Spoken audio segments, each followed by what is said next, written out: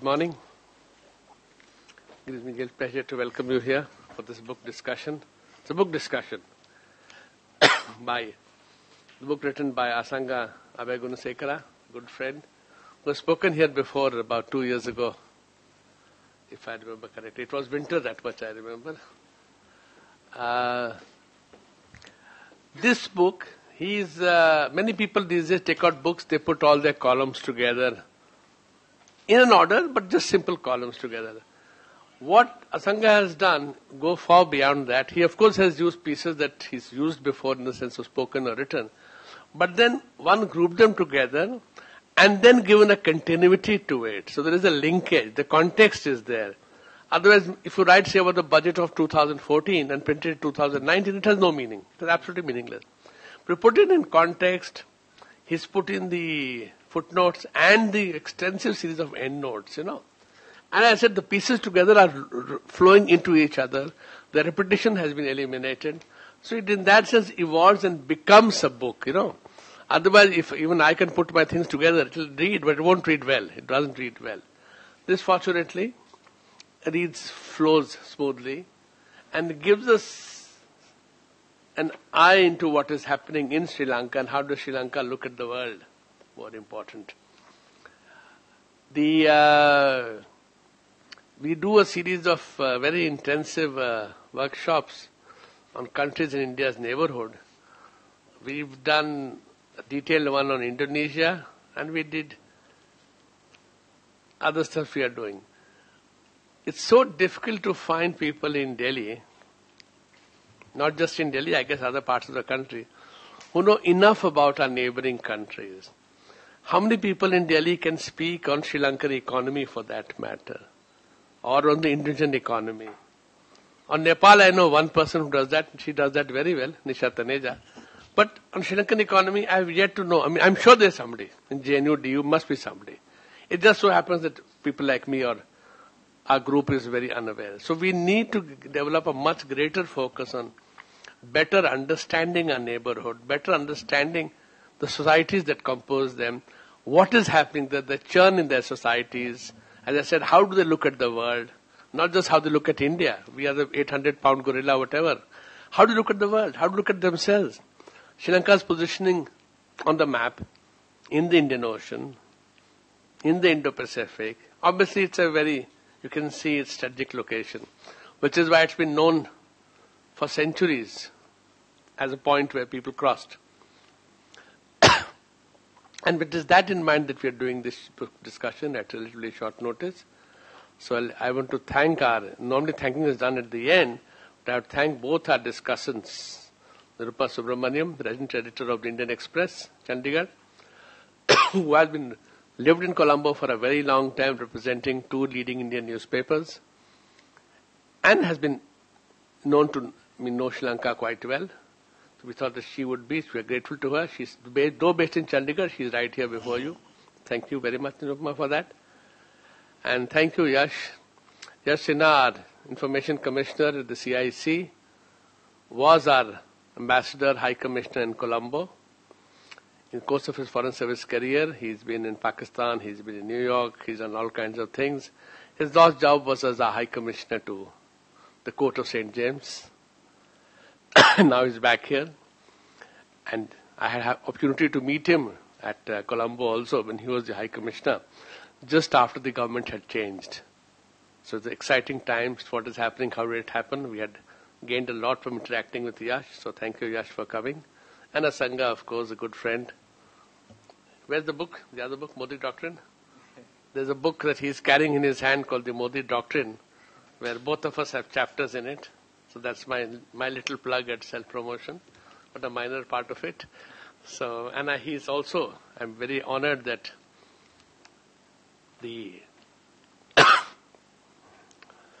his think tank has appointed me as one of their distinguished fellows. And now I have to repay and do something for them, for the INLSS. So with that, let me not take time. Asanga, would you like to speak on the book for about 5, 7, 10 minutes? And then we request the 2 discussants to talk. We are on live. We are webcasting it live. When anybody wants to inform somebody else who's not here, please tell them that you can see it on our website on Facebook Live, and we also stream it on YouTube. Thank you. Thank you. Shakti Sinha, Yash, Excellency, Yash Sinha, and Ms. Nirupama Subramanian, distinguished guests, ladies and gentlemen. So first of all, let me thank the Nehru Memorial, Shakti, who has invited me to speak about my book. And it's a I'm deeply honored for the invitation, and also I thank Yash and Nirupama for being the discussants of my book. So thank you all for coming. I know Delhi starts a bit late, but having this in the morning is a challenge, and I thank you all for your time and coming here. So starting the book basically starts with a poem, if you look at it, from Abeyagoonasekera, one of the greatest poets of Sri Lanka. We had in 1977, he has written this poem. And it's about a child who's been born, and the child is not smiling because the country is having a serious amount of debt. And it says, the little boy reigning in a debt-free and a fear-free tomorrow. That's the expectation of the child. As you know, Sri Lanka is sort of, right now, I was in the Raisina dialogue 2 days ago, attending the conference yesterday and the day before. The questions that came to the dialogue, Raisina, was about Sri Lanka's debt issue. The debt crisis, Yavi on a debt trap, predatory loans, Hambantota. The book basically, the title, Sri Lanka at Crossroads, came 6 months before. It was not during because of the constitutional crisis we had. So the title, whether Sri Lanka is at a crossroad, the idea came 6 months before to name it as Sri Lanka at Crossroads, because I saw the deeply polarized Sri Lankan society. One is towards Western, or liberal order, and the other towards the very nationalistic, protectionist group. And also, I saw during the 3 years' time of Sirisena, that the highly polarized society with the Western and also the Chinese camp. And this has sort of been repeatedly mentioned in some of my chapters. There are 6 chapters in the book. Basically, I highlight 6 areas, thematic areas. The geopolitics, the first chapter I begin, with a quotation of Robert Kaplan on Sri Lanka and how the U.S. sees Sri Lanka. When I was a visiting professor in teaching geopolitics in the United States, I understood how the U.S. scholars were looking at Sri Lanka and what was the discussions in Washington about Sri Lanka. And during my talk at the Hudson Institute and also interaction with many scholars. So the U.S. perspective is brought into the geopolitics chapter. Then I look at the Indian perspective towards Sri Lanka, and also the Chinese. So the 3 spheres of influence have been sort of calculated and looked at in the geopolitics chapter and also the foreign relations chapter. There's 2 areas, 2 chapters that I sort of begin the book. And the political landscape. Now, Sri Lanka is, after 70 years of independence, last year was 70 years. I was planning to release this book last year, but because of the editing as well as the publishers wanted so much time, and so the reason that I couldn't release it on the 70th. But the idea was to show that the Sri Lankan political system, what they have gone through for 70 years, and the political landscape, discuss the 2-party, the main 2 parties that have been ruling the country, the United National Party and the SLFP, the center left and the center right. Now, whether we need a new sort of political sort of thinking towards more towards now the center left, but not towards the center right, but a middle sort of a ground with social progression and economic development. So this has been a topic from time to time from every regime. Now, 2015, 4 years ago, when President Sirisena came to power, and in January 8th, he basically come to power on a drive to eradicate corruption and to minimize corruption.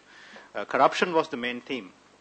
3 years after that, after 2015, you see a government, Sirisena, accusing the Prime Minister and Prime Minister accusing the both sides sort of having a political exchange of words about corruption. But the general public is unhappy because nobody's been sort of put behind bars for corruption. And there was a bond scandal in Sri Lanka, which is a huge, it's called the central bank scandal.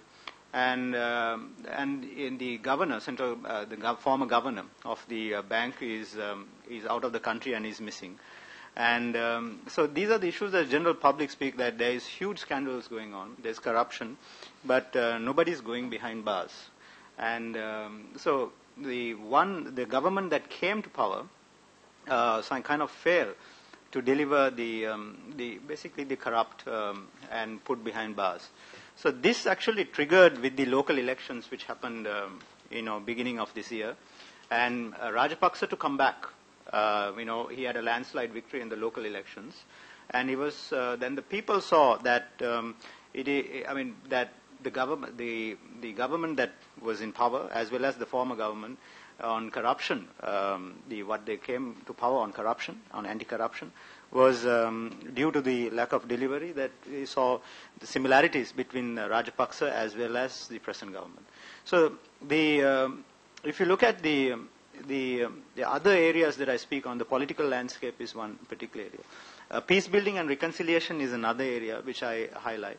And I opened that chapter with scholar Neelan Tiruchalan's wife, actually, who was also a very close friend of my father, and a scholar who's been respected but assassinated by the LTTE right in front of his house.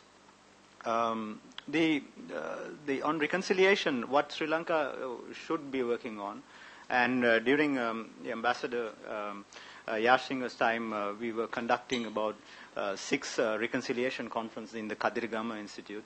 That is the beginning of we started a process on genuine reconciliation to reach out to the Sri Lankan diaspora, the importance of the Tamilian diaspora, reintegrating with the society. And I speak on the areas on reconciliation also, and importance of, after 30 years of war, now we have 10 years now completed. In 2009 we defeated the LTT, now it's 10 years for this year.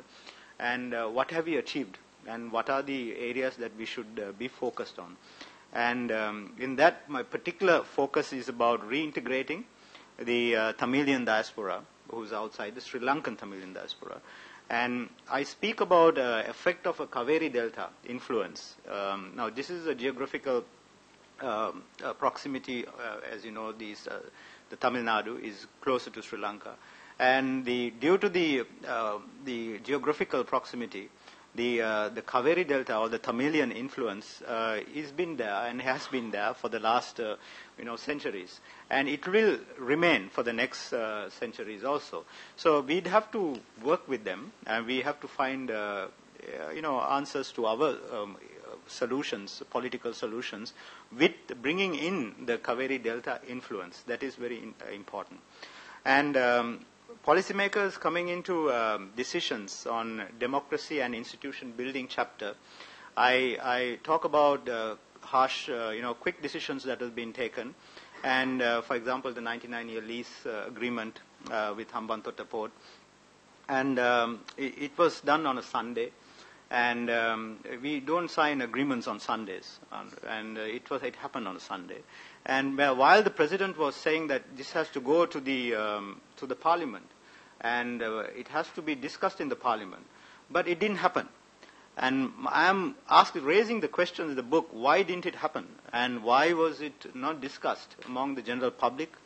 And because you are giving for several generations, 3 generations, and I'm taking the president's side here, and I'm saying that why didn't what the president said was not implemented. And it happened on a Sunday in a quick ceremony. A few got together and signed the agreements. And then there was, after that, after signing, there was discussions about bringing 99 to 70 years or something. But I don't know whether those things were possible after signing for 99. The question was the process, and the process was not looked at. I also bring the 13th Amendment, the Indo-Sri Lanka agreement, also looking at the same way. Because Indo-Sri Lanka, the agreement was not discussed with the general public. It was not consulted with the general public. And I discussed that because when Jayawardena and Prime Minister Rajiv Gandhi signed it, these things should have been discussed much more. And it was done so quickly, and the Prime Minister was also not there in the ceremony, who became the President after that. So these are sensitive areas, and when Sri Lanka is making decisions on policy decisions, main strategic policy decisions, you have to calculate the external, basically the influences to the country, and it is very important. Now there's a discussion about Palali Airport, that India is interested to do feasibility study. But then these things have to be discussed, and because these are sometimes, giving a military airstrip is a strategic discussion. So it has to be discussed among at least the think tank level and the strategic community, where policymakers can be advised on these areas. And also on democracy, there are issues on itself in Sri Lanka. For example, on assassination of the editor Lasantha Wickramatunge, I highlight it on the book because there were assassinations during the 2015 before the 2015 regime. And so these things are serious issues because he was killed in daylight, and now it's 10 years after his death, but nobody has been proved, been put behind bars. And on democracy, it's very important to have voices of on critical thought, as well as we have to independent thought is really important. And these and it cannot function in a vacuum, and you need sort of you need to work with the people with discerning thoughts and ideas. And I see that as a serious concern because Sri Lanka has been through this many years. And if you look at even in the back in the 1989, you have Richard D. Soisa, one of the very senior journalists.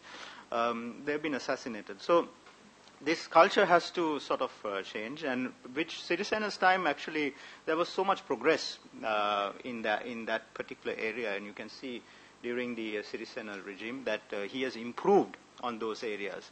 And another final area I discuss is on cybersecurity and foresight, which is the importance of the cybersecurity and also foresight, because policymakers need to take decisions on foresight analysis, and important to have foresight analysis because rather than having a political, every time you in the elections you have the manifestos and all that, but then foresight analysis on calculated decisions, to take calculated decisions, looking at the foresight is very important.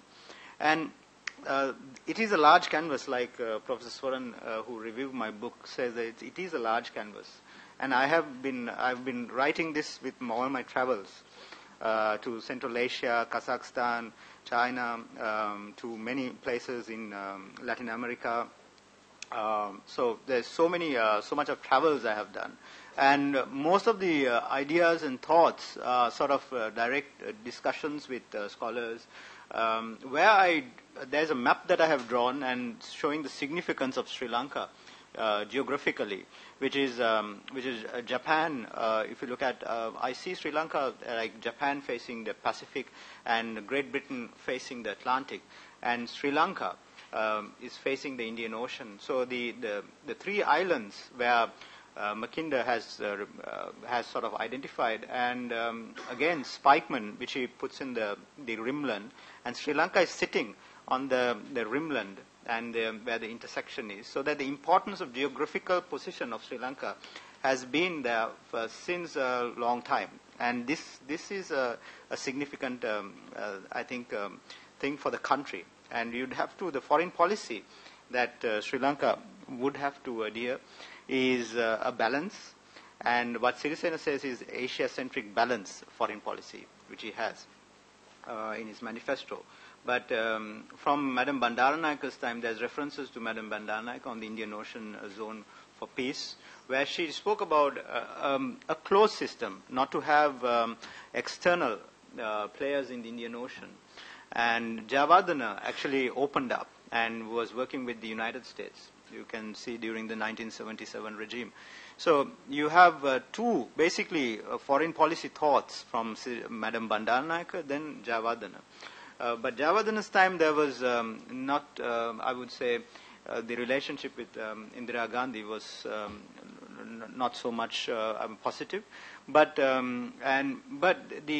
think the relationship was strengthened every time we calibrated and we took calculated decisions on a balanced foreign policy. So what Sri Lanka needs is a balance. I mean, we were in the non-aligned camp, but can we have a balanced sort of an equidistance relationship with all the other external, regional as well as external powers? So that is a question that I also sort of raised, and also a recommendation to have a balanced policy is really important. And as the Singapore former foreign minister, Giorgio, he mentions, I quote him, Sri Lanka's endowment naturally attract unwelcome external interest and big power rivalry. When the country is united, the external elements can be kept in balance. When the country is divided, the divisions are made worse by external forces. In 70 years of independence, Sri Lanka has had to confront interconnected internal and external challenges, unquote. So this is how Singaporean former foreign minister sees the chapter that I've written on the foreign relations. And I think the progress of political progress, as well as if you look at the whole entire book on the progress of the nation, what is the path that we need to take, is a balanced foreign policy, calculated decisions from external elements, and also strengthening the democratic fabric of the country. Those are the areas that I have clearly mentioned. So I think I look for a discussion after the discussants, and so to take questions, and so I look forward for that. Thank you so much. Thank you, Asanga, for that introduction to your book in the sweep. You raised lots of points in my questions, but I'll come to that later on. Let's start with Nirupama first, and then we'll wrap it up with Yash. And yes, if anybody has the phone on, please put it on silent.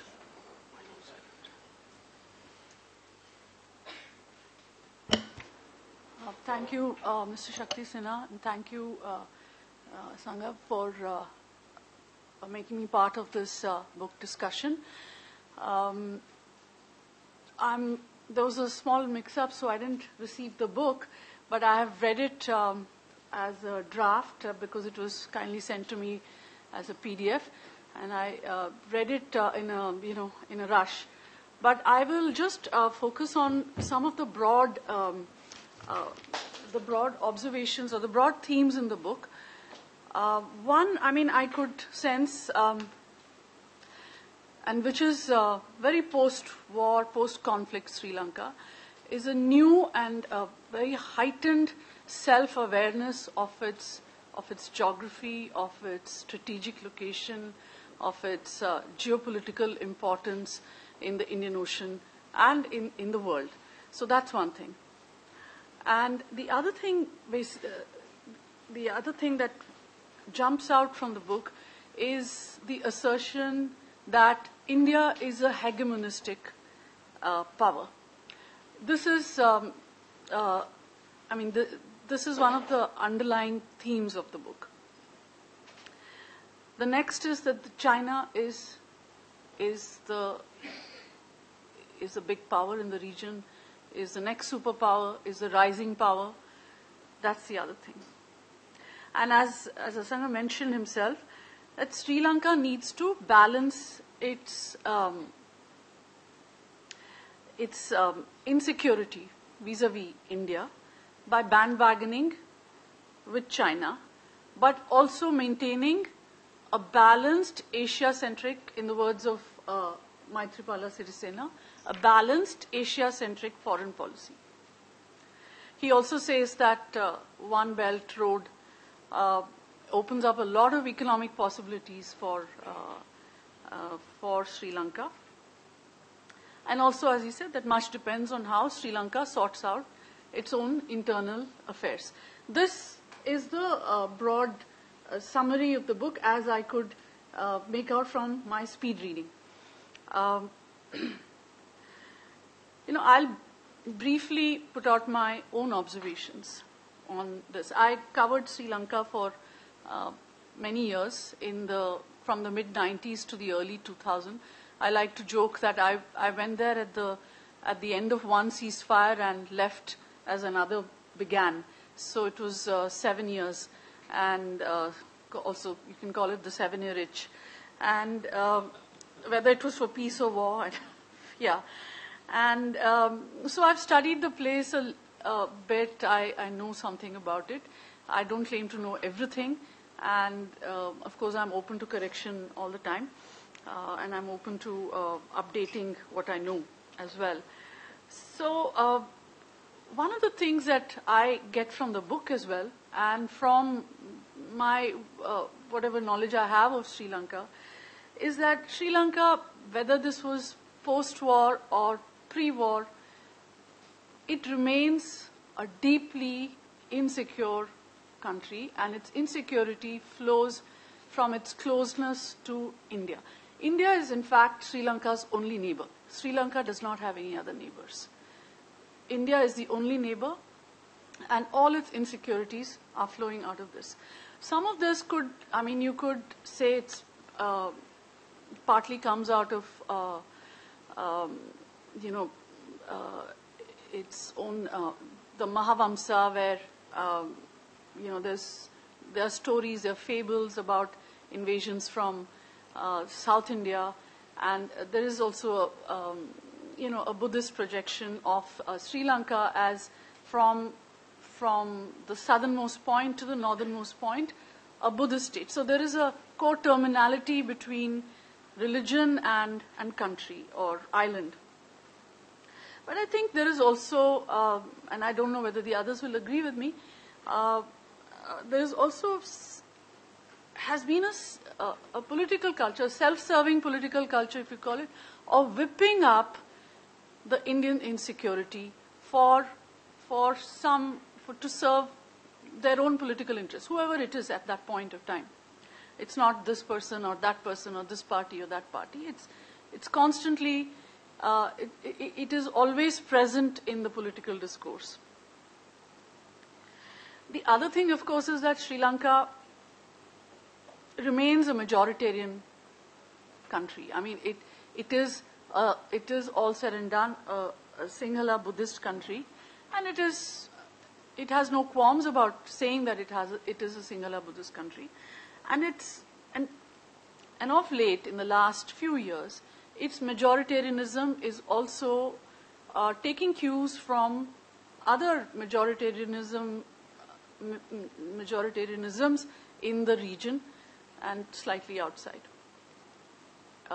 India comes to mind, and Myanmar comes to mind.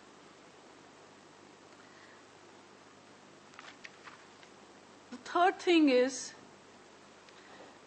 that there is a denial, to date, there is a denial. Just as we, I think, in India deny sometimes of what's going on in Kashmir, there is a denial in Sri Lanka that the Sri Lankan polity has failed through the decades, through years, to address one of the most important questions of its nation building, which is the Tamil question. And it is in denial about it, and I say to this day it is in denial about it. It is something that began in the pre-independence years. It stared Sri Lankans in the face in 56. It stared Sri Lankans in the face in 83, in 87, and then through all the war years. But somehow, in Sri Lankan memory, and I don't know whether the post-war there was this mood in Sri Lanka after 2009 that it somehow became the conflict got sort of what is it called, that word? It became compacted to as starting somewhere in 1987 or even say 1983 is the maximum, I think. And that everything is now LTT and India training LTT. So there is a little bit of, I not little bit, I think there's a lot of that, and it continues to this day. And I think this is a continuing problem. And then this, as I said, this heightened self-awareness about geostrategic importance and all, I would say that the Tamils had this even before the Sri Lankan state caught on to it, because in the war years, the Tamil politicians would always want to get India involved, even after 91 and Rajiv Gandhi, post-Rajiv Gandhi years, when India just stood back, had a hands-off policy.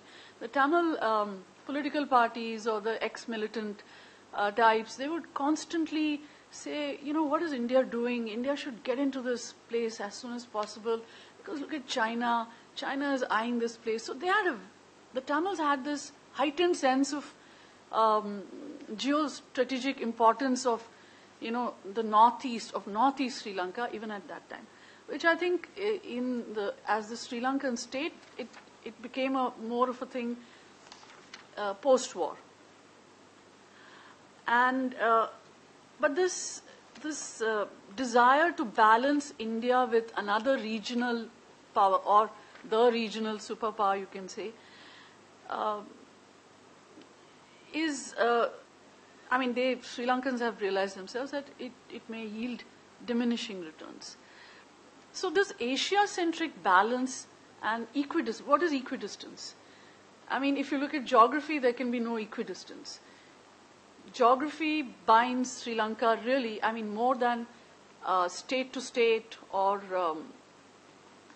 ruler to ruler. In Mahinda Rajapaksa's time, it was between Rajapaksas and the Chinese Communist Party or the Chinese or the People's Army, People's Liberation Army. So there was no people-to-people contact, I think, at that time. And geography binds India and Sri Lanka in ways that, equidistance with between India and Sri Lanka and equidistance between India and China is, I think, unworkable. So I think we need to define what this equidistance is. And the way forward, even for India and for any constructive foreign policy, would be multilateralism. I think there are bigger foreign policy brains here than mine, but I think multilateralism. But Sri Lanka is a little insecure about multilateralism, because that means engaging with Western powers that tend to that have also stakes, of course, big stakes in the region, but also who tend to bring in questions about the very questions that Sri Lanka is insecure about. So it's coming a full circle. The nationhood questions, the Tamil question.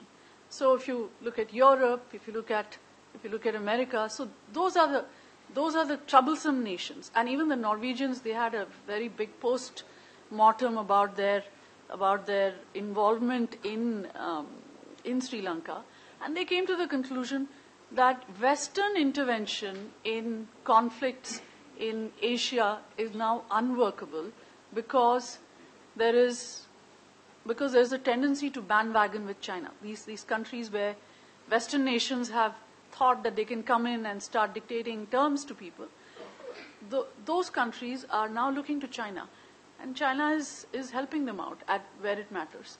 So there is that insecurity. There are questions that remain. What happens to the constitution building? I think it has got overshadowed. Constitutional reform those things have got overshadowed in the last 3 months, 4 months, or even 1 year, I would say, since February onwards, when Rajapakse's victory in the local elections became a cause of, became the trigger of what you saw in the last 3 months, this huge crisis in Sri Lanka. And meanwhile, the Sri Lankan economy, which is full of potential, which is sort of the worst performing economy in the region, isn't it? It's about 3.9. So these are the problems. And I remember a conversation I had with Ranil soon after he became Prime Minister, in which he talked about building bridges with India, as in a real bridge, a physical bridge, where India, even before this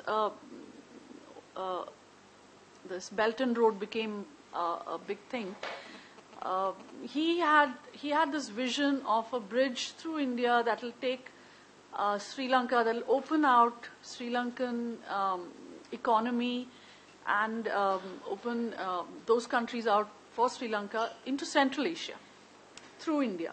But of course, you need Pakistan, you need, those are the other questions involved. And I think India has done itself a big disservice by shooting itself on the foot more or less on SAARC.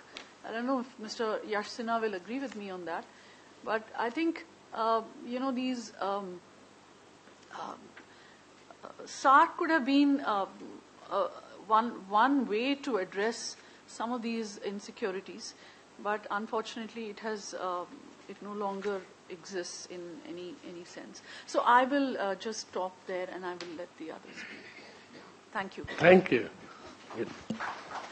You did raise some of the points that I wanted to raise at the end. Thank you. Though on SAARC, I would disagree also. I don't know about Yash, but I would also tend to disagree, but that's not the point. I now request Mr. Y.K. Sinha to give us his point of view. Thank you. Thank you, Shakti, Director, and Asanga, my friend from Sri Lanka, our dynamic young thinkers, if I may call him that, and writers. I've known him when I was there. I was there from June 2013 to December 2016.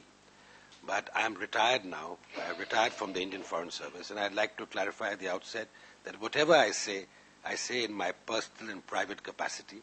I do not represent the Government of India, though I am an Information Commissioner recently appointed 10 days ago in the Central Information Commission. I do not speak on behalf of the Central Information Commission. I'd like to say that at the outset because what I have to say may at times be at variance, perhaps not always, with the official point of view. But I think Asanga has summed up his book very well, and Nirupama has provided a very important perspective as to the relationship between the two countries, Sri Lanka's worldview, and I think Asanga has done he's done injustice to, if I may put it that way, to Sri Lanka's worldview, because he can't capture that in such a thin volume. And thank God it's thin, because when I got it from Iqbal in NML, I was able to read it quickly and sort of gather my thoughts. But I think you need to write a follow-up, a more detailed analysis of some of because it's a broad sweep that you've done. You've touched upon practically everything, and yet I think you need to dwell on certain things even more. But I think it's a very brave and bold attempt to try and put in perspective what a large number of Sri Lankans, I won't say majority, but a large number of Sri Lankans feel, because I've seen that firsthand living there and have interacted with all strata of society in the north, in the center, in the east, in the west, all over the beautiful country. In fact, people ask me, I've done 10 postings abroad, which has been your best posting? It's a very difficult question to answer. But I always say, without hesitation, professionally and personally, if you combine both, I think Colombo would rank right up there. I'm not saying it's number one, it will rank right up there. So I don't have to annoy other friends of mine in other stations there. But certainly it was one of the most challenging assignments that I was there. I was there during a crucial time when the government changed. and I saw firsthand how things operated there, what was the interplay of forces between political personalities and also between governments and countries. Now, I just wanted to sort of get to Asanga's book, and I said that Asanga's book is a very brave attempt to try and put across the worldview, if I can put it that way, of Sri Lanka. Of course, I have a lot of issues with his book, and I told him, and I apologized to him in advance, that I'm going to be slightly critical because some of these issues need to be seen in what we'd say an Indian perspective also. And I think Nirupama has already touched upon some of these issues, but I just like to make a broad statement, and Asanga, please challenge me on this later. The impression I get after a quick reading of this book, I've sort of finished this at about 10:30 last night, but it was a quick reading, is that India is the regional hegemon, and that's what Nirupama referred to. China is a friend. China is a friend because, why? Admiral Zheng He came in the 16th century. What Asanga doesn't write, 15-something, is that Zheng He took the ruler of Kotte prisoner and hostage. Kotte, for all you don't know, is Colombo, the modern Colombo, just outside. So Zheng He was not this great benefactor, admiral, eunuch, whatever he was. From his time, from those days, Zheng He was like any other explorer and perhaps plunderer too. I mean, I'm not comparing him with Vasco da Gama, who came later, but I'm just saying that we need to put things in perspective. We shouldn't wear rose-tinted glasses when we talk about relationships. Because I get the impression after reading this book that China is our friend, India is the regional hegemon, but we need to balance relations between the two, and of course the United States. And what he recommends in this book, which he has not mentioned in his summary, is that, and Nirupama touched upon it, was that Sri Lanka should maintain equidistance from the global powers. And the three global powers that he refers to are China, United States, and India. Now, I have no quarrel with that at all if that is what Sri Lanka wants to do. But I think as far as Nirupama has explained how India and Sri Lanka have this symbiotic relationship, but not just between the governments, I'm talking about the people here. And it's important to note, and I understand the suspicion, especially the days of the Paripu drop, if you remember 87, food drop over Jaffna, and the IPKF, the India-Sri Lanka Accord. There's a long and tortured history. I'm not going to go into details.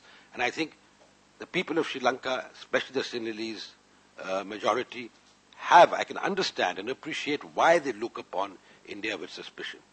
And the reason, the way I tried to counter it was talk about our ancient links.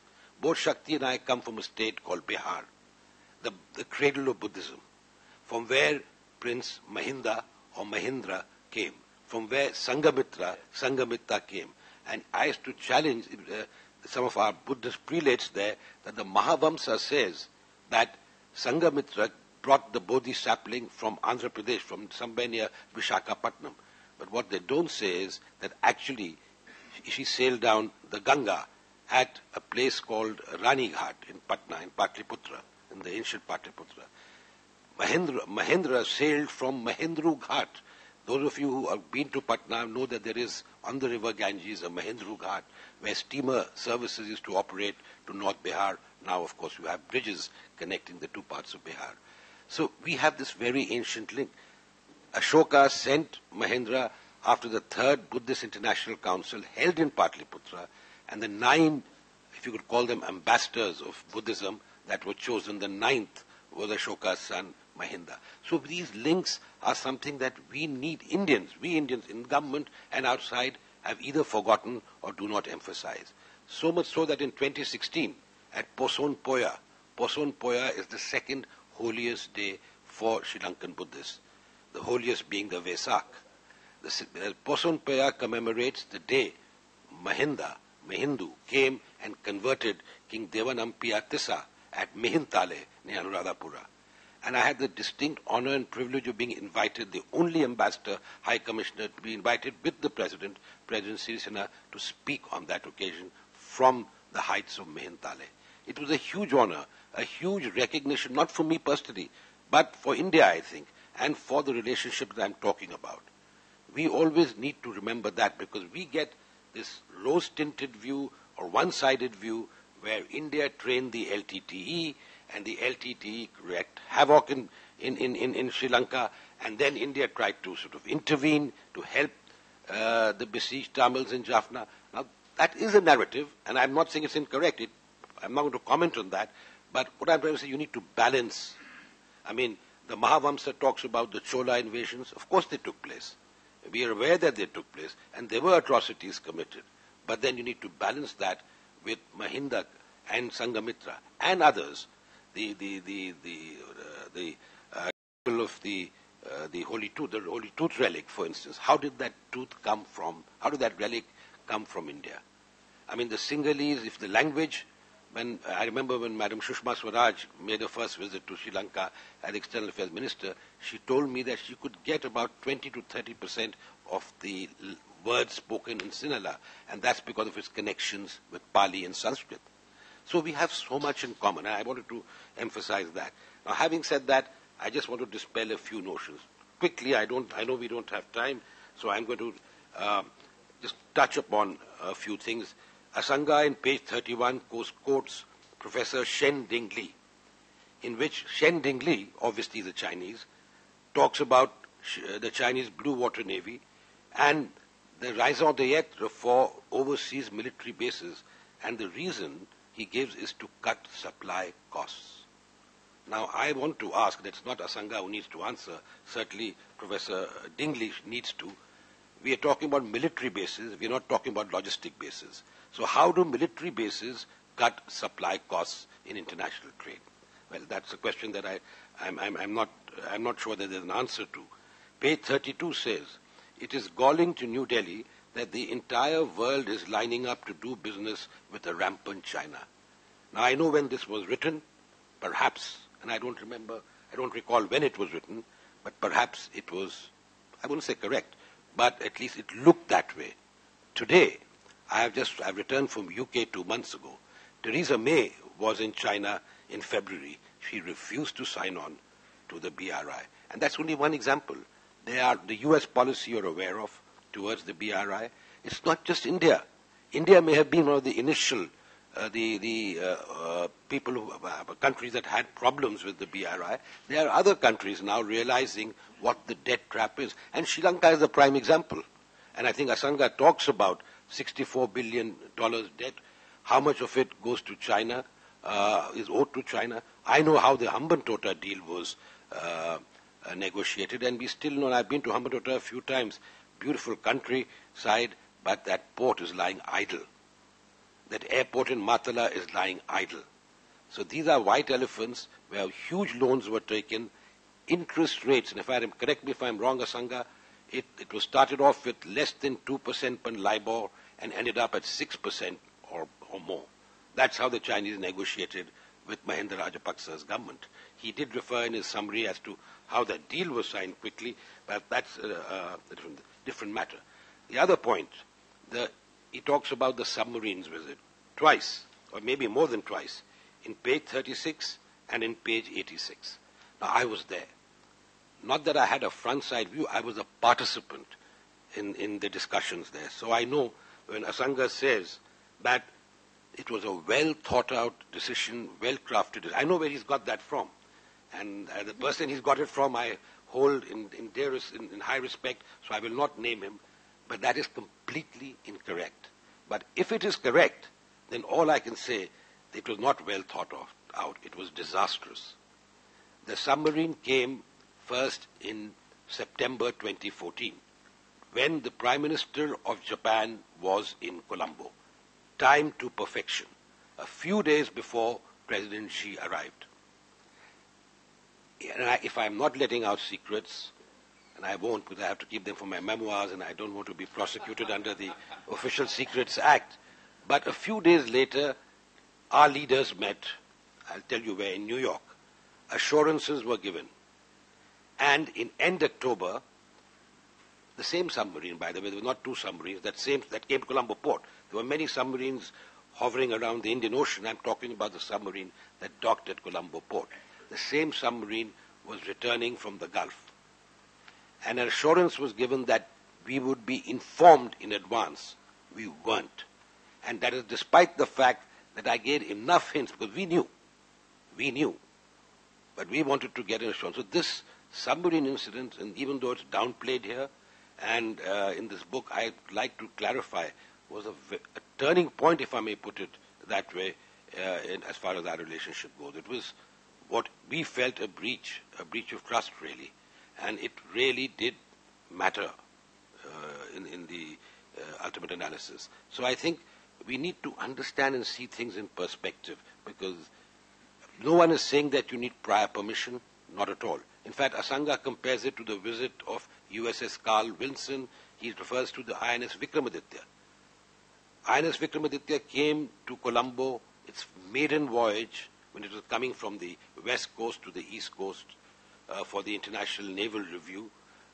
It came, its maiden voyage, first port of call, Colombo. And it was 1.5 years, almost 1.5 years, or 1 year, 3 or 4 months after the Chinese submarines docked. So I think there is no comparison, and I understand that the Sri Lanka needs to invite as many foreign countries if they want to come in on a port of call. India has no issue with that.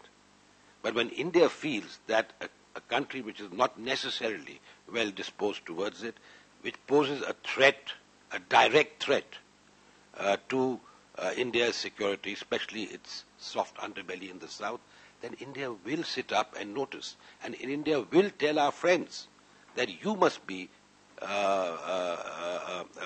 sensitive to our security concerns. So I think that needs to be seen again in that perspective. Of course, Asanga refers to, and there I have no quarrel with him except to tell him that we are no threat. Asanga refers to India's naval build-up. And I think it was page 37 and 38. India is building its massive naval fleet, thereby constituting a silent yet aggressive naval build-up in Sri Lanka's neighborhood. Colombo should be ready, etc., etc. Perfectly all right from a Sri Lankan perspective, but just to assure Asanga and our Sri Lankan friends that India's naval build-up or military build-up is not in any way posing a threat to Sri Lanka, or for that matter, some of our other neighbors. And I'm not going to talk about India's sort of perspective in terms of its threat perception, because there are more qualified people who can. But all I'm trying to assure Sri Lanka is that India is no threat, number one. Number two, don't forget, all your big ships in Sri Lanka, the Sri Lankan Navy, the Sri Lankan Coast Guard, are all Indian. I myself went for the what is it called, the keel cutting or whatever in the Goa shipyard in 2015 when I've gifted myself on behalf of the government of India, 2 ships, one to the Navy and one to the Coast Guard. So India and Sri Lanka are tied at the hip, if not at the hip, at the toe, depending on how you look at it geographically. And most of the Sri Lankan Navy is trained in India. Most of the Sri Lankan Army is trained in India. We have a very, very close links, and you speak to the services, want to speak to politicians, to speak to think tanks, to speak to diplomats. But when you speak to armed forces personnel on both sides, the sort of warmth, the sort of camaraderie that exists is actually amazing. And that's how it should be, not just among the people of the armed forces, but between the peoples of our two country. He talks about the MSR. I've already spoken about the Maritime Silk Route and the OBAR and BRI, etc. He quotes, I think, a U.S. Official as saying predatory loans, corruption. This is all well known. We all know exactly how the projects in Sri Lanka were given. And I'm surprised that this has not come out more openly, not just in Asanga's book, but in the public domain in Sri Lanka. I may be wrong. I've been out of there for over 2 years and 3 months now. But I think this is important, because the whole world is now talking about the problems with the BRI regarding transparency, regarding bidding, etc., and of course the debt trap. And we have been talking to our Sri Lankan friends about how we fear debt turning into equity. And we've been saying that for many years. And that's precisely what's happened in Hambantota Port. which has been given on a 99-year lease. Of course, the Prime Minister threw up his hands and said he didn't have money to pay for the loans taken for Hambantota. So the answer was to give it on a long lease that was turning debt into equity. And when we spoke about any security threat, we were informed that the Sri Lankan Navy fleet had moved from Gaul to Hambantota. Now, I'm not sure whether that would prevent a Chinese naval ship from coming there, but be that as it may, we would like to believe the assurances given by our Sri Lankan friends, because we are very close as a people, as a nation, and I think it's important to realize that we have had, like any two neighbors, and perhaps more than our share of problems, but I think we need to look at how we can together build the future. And I think Prime Minister Shri Narendra Modi, when he talks about his neighborhood first policy, I remember his visit in March 2015 to Colombo, a bilateral visit. Of course, there had been visits before, but a bilateral visit after Rajiv Gandhi in 87, standalone bilateral visit. His going to not just the Mahabodhi Society in Colombo, but going with President Sirisena to the Mahabodhi tree at Anuradhapura and praying there had an almost electrifying effect in Sri Lanka. And of course, you're aware of this government and Prime Minister Modi in particular, his advocacy of this close relationship between not just India and Sri Lanka, but between even the religions, Buddhism and Hinduism. And I think the sort of commonalities that have been brought out in various conferences just goes to prove that. One last point, and just more reaction, Palali Airport. Palali Airport was not what India demanded. It was something that the Sri Lankan government, the Rajapaksa government, wanted us to do. And if I remember correctly, it was the Defense Secretary, Mr. Gotabaya Rajapaksa, who actually told one of my predecessors, and we even submitted a plan, but then it went into limbo. During my time, it was revived, and Airport Authority of India was giving another plan, not for a military base, but as a regional airport that can service flights, not just to the airport, what exactly it was. And of course, SARC, I think Nirupama mentioned SARC. You know, SARC is something, and I've had the privilege of attending a few summits. The last one I did was in Male, in I think it was 2011 or 10, I forget. But SARC has its own dynamics. SARC, I will not say has run its course. SARC is a very important institution, especially for India's neighbors. And SARC, in my opinion, is a vehicle where our neighbors and the members can actually share in the fruits of India's economic success and development. And I didn't mention this point because it's self-evident. The way India is growing, the way the Prime Minister says, Sabke Saath, Sabka Vikas, extending it to our neighborhood is something that our neighbors must grasp. Because this is a huge opportunity. China will not give you that opportunity because China will give you loans. India gives grants. When I was there, India's total commitment to development assistance was $2.6 billion, out of which $500 million and more was just pure grants. 50,000 houses being built in the north, in central, in the central province, free. Money raised by the Indian taxpayer, given by the Indian taxpayer. I just gave one example. And that project, by the way, was shortlisted for the World Habitat Award in 2016. Anyway, so what I'm trying to say is that SARC is important. India tried its best to try and get all member states on board, whether it was transportation, connectivity, power. There were so many projects. They're still very much on paper, but there's only one country, one member state that blocks everything. I don't need to name that state. So I think that is why SARC is moribund. The summit is not taking place in Islamabad for reasons that you're well aware of, but what I am trying to say is that India is fully committed to SARC, provided we are able to move forward. We are not being able to move forward because one member state is blocking progress. So I think we need to be very clear on exactly where the problem lies. But having said that, I'll stop because I think we've got a lot of time for Q&A. I did mention about foreign policy, Asia-centric foreign policy of President Sinha. I have no squabble with that. It's a great idea. But what I have a problem with is it should be balanced, yes. Equidistant, not necessarily. Thank you. Thank you. You can see how a thin book has provoked so much of analysis on our part. No, that's a good thing. The fact, as I said, remains that we need to understand the perspectives better. We don't agree with it, but at least understand it. There was empathy. So let's now open it up to questions. 1, 2, 3, 4, 5. We take these 5 questions. Yeah, please. Thanks a lot, Asanga, for fantastic interventions.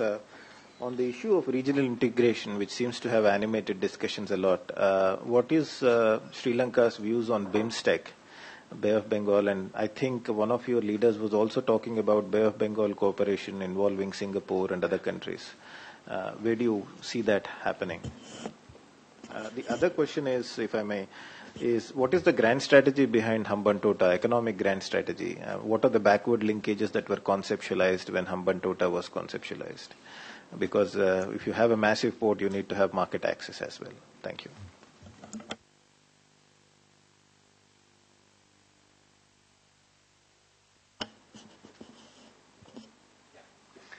It is credible that a Sri Lankan president wants the parliament to debate something, and the debate isn't held. I mean, Sri Lankan president is like constitutional monarchy. Anything that he wants, really wants, goes. So how come it was not held? And second thing, this 13th Amendment was debated in Parliament. Of course, after the agreement was signed, it was debated in the Sri Lankan Parliament. And when sovereign countries sign these agreements, like the Indo-Sri Lanka Accord or anything else, they don't go to they don't hold street corner meetings to seek public approval. They go on the authority of the mandate they already have. And that is how the Indo-Sri Lanka agreement was signed. I mean, whatever went wrong is a different story. And the same way, the President Rajapaksa signed the agreements with China. And his, Sri Lanka is playing the China card the same way earlier it used to play the Pakistan card. Simply to stymie India.